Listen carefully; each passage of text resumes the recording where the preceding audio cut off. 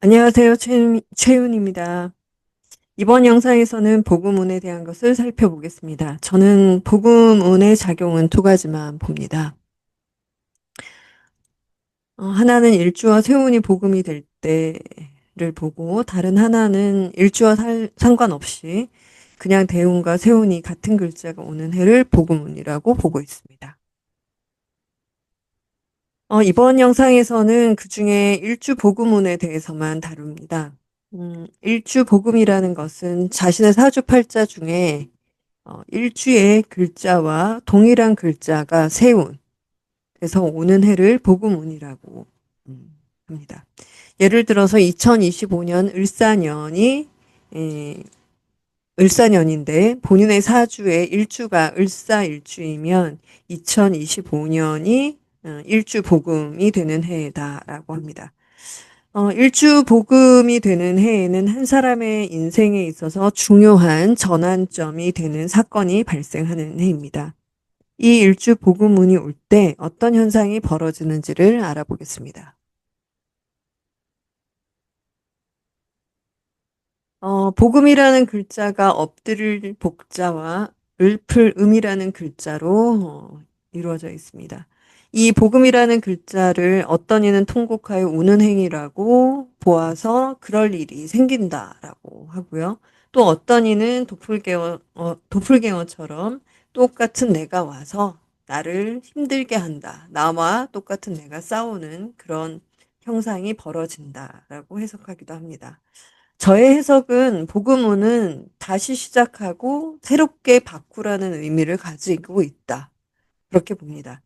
그렇게 지금까지 자신이 살아온 인생의 여정을 신에게 고하고 지금과는 다른 인생을 살아갈 준비를 해야 되는 때라고 풀이를 합니다. 그래서 복음 운에는 재산이 깨지고 가정이 깨지고 전업, 전직 또는 사는 곳을 떠나는 일 등 다양한 일들이 사람들에게 일어납니다. 노약자의 경우는 복음 운이 왔을 때 삶을 정리하라라는 신호로 해석이 되기도 하기 때문에 노약자 분들에게 복음 운은 약간 위험한 시기라고 할 수 있습니다. 복음운이 꼭 나쁘게만 오지는 않습니다.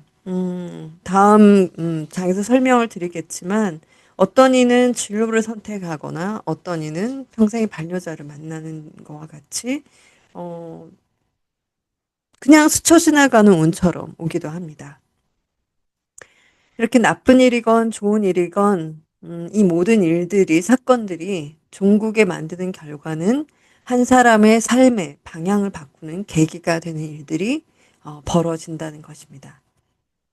몇 개의 사례를 살펴보겠습니다. 첫 번째 사례자는 일주 복음이 되는 해에 다리가 부러져서 무용수의 길을 접게 되었다고 합니다. 물론 복음 세운이 오기 이전부터 고민은 좀 되었다고 하는데요. 무용수의 일이 주는 소득이 매우 높았다고 합니다. 한 20년 전인데 한 달에 5, 600을 벌었다고 해요. 한 달에 그 무대에 서는 시간이 4~5시간 정도밖에 안 됐는데 그 정도의 그 현금 수입을 올릴 정도였으면 엄청난 소득이었죠. 그러다 보니까 이 길을 계속 가야 되는 것이 맞나라는 고민은 했지만 쉽게 포기할 수가 없었다고 합니다. 그러다가 결국 발목이 부러지는 사고를 겪게 되고 재활 기간이 6개월이 넘게 걸렸다고 합니다. 그러면서 그 무용수의 길을 접게 되었다고 합니다. 이후 대학원에 진학을 하였고 대기업에 취직해서 그 기업 안에서 최연소, 최초 타이틀을 달면서 승진을 하는 등 잘 나갔다고 합니다. 이분은 그때 발목이 부러지지 않았다면 무용수의 삶을 그대로 살아갔을 거라고 합니다. 춤은 지금도 취미 생활로 하고 있다고 합니다. 그런 쪽으로는 여전히 끼와 재능이 있다고 하시네요. 두 번째 사례자는 복음운의 지금의 남편을 만났다고 합니다. 기존에 다니던 회사를 퇴사를 하게 됐고 새로 이직한 회사에서 지금의 남편을 만났다고 합니다. 몇 년 정도 연애를 한 후에 결혼을 했고 아들 하나 딸 하나를 낳고 잘 살아가고 있다고 합니다. 세 번째 사례자입니다. 음, 이분은 복음이 되는 해에 사기를 당했고 암 판정을 받아서 수술을 받는 일도 겪었다고 합니다. 암 판정을 받고 보니까 지금껏 정말 자기가 하고 싶었던 일을 하면서 어, 살아야겠구나 하는 생각이 들었다고 합니다. 기존에 하던 일이 그 수입이 꽤 괜찮았나 봐요. 수억 원을 벌던 직업이었다고 합니다. 그 일을 접고 강의와 집필하는 활동으로 전업을 하였다고 합니다. 이전보다 수입은 월등히 줄었지만 지금 하는 일이 즐겁다고 합니다. 이분은 복음운이 오기 전까지는 정말 일에 매진하면서 살았다고 하고요. 그러다가 덜컥 사기를 당했고 그것이 마무리되어질 때쯤 암 판정을 받았다고 합니다.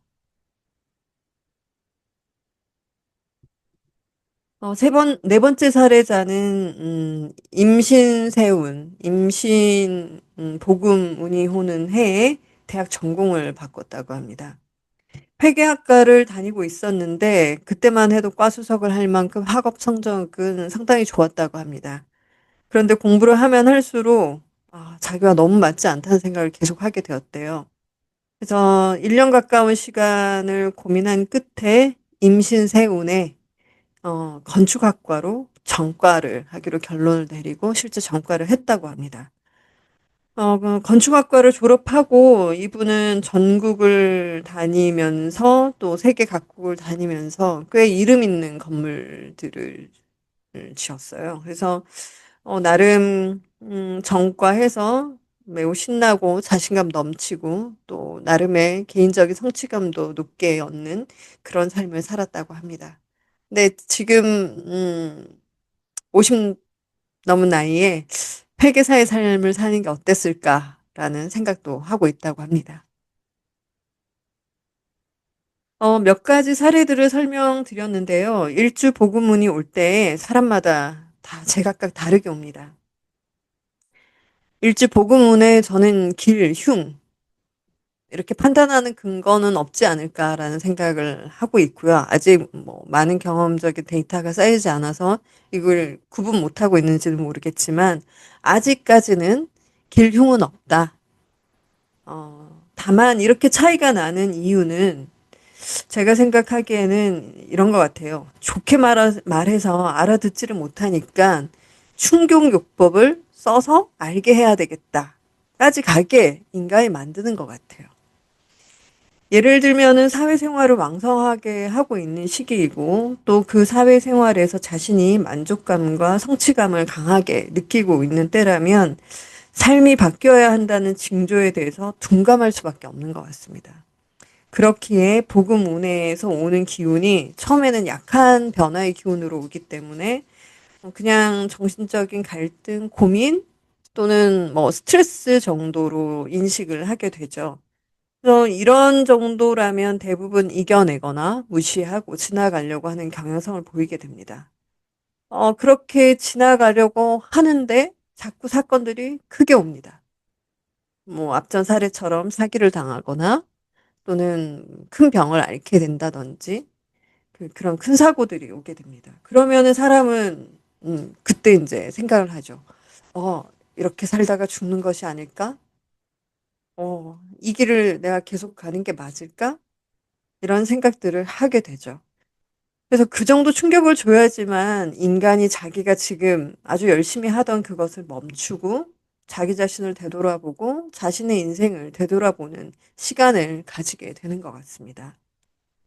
그래서 저는 이 복음운을 잘 넘기려면 이 복음운이 들어오기 전년도쯤부터 해서 자기 삶을 먼저 점검하고 앞으로 살아가야 할 자기 삶에 대한 방향성, 어떤 성찰들을 해 나가는 게 필요하다고 봅니다. 그래서 만약에 변화를 해야 될 것 같다라는 스스로의 판단이 인다라고 하면 그 변화를 자기 스스로 주도해 간다라고 하면 흉한 일은 겪지 않고 삶의 전환점을 잘 넘어갈 수 있지 않을까라고 생각합니다. 복음회를 지날 복음의 해를 지날 때는 잘 알지 못합니다. 그 해가 그 때가 자신의 삶의 전환점이 되었다는 것을 잘 몰라요, 사람들은. 그러나 많은 세월이 지나서 그 시점을 다시 보면, 아, 이때 이 사건으로 내 삶이 이렇게 바뀌었구나. 이렇게 갈 수 있었는데 이 길을 가지 않고 이 길을 가게 되었구나. 라는 걸 알게 되죠.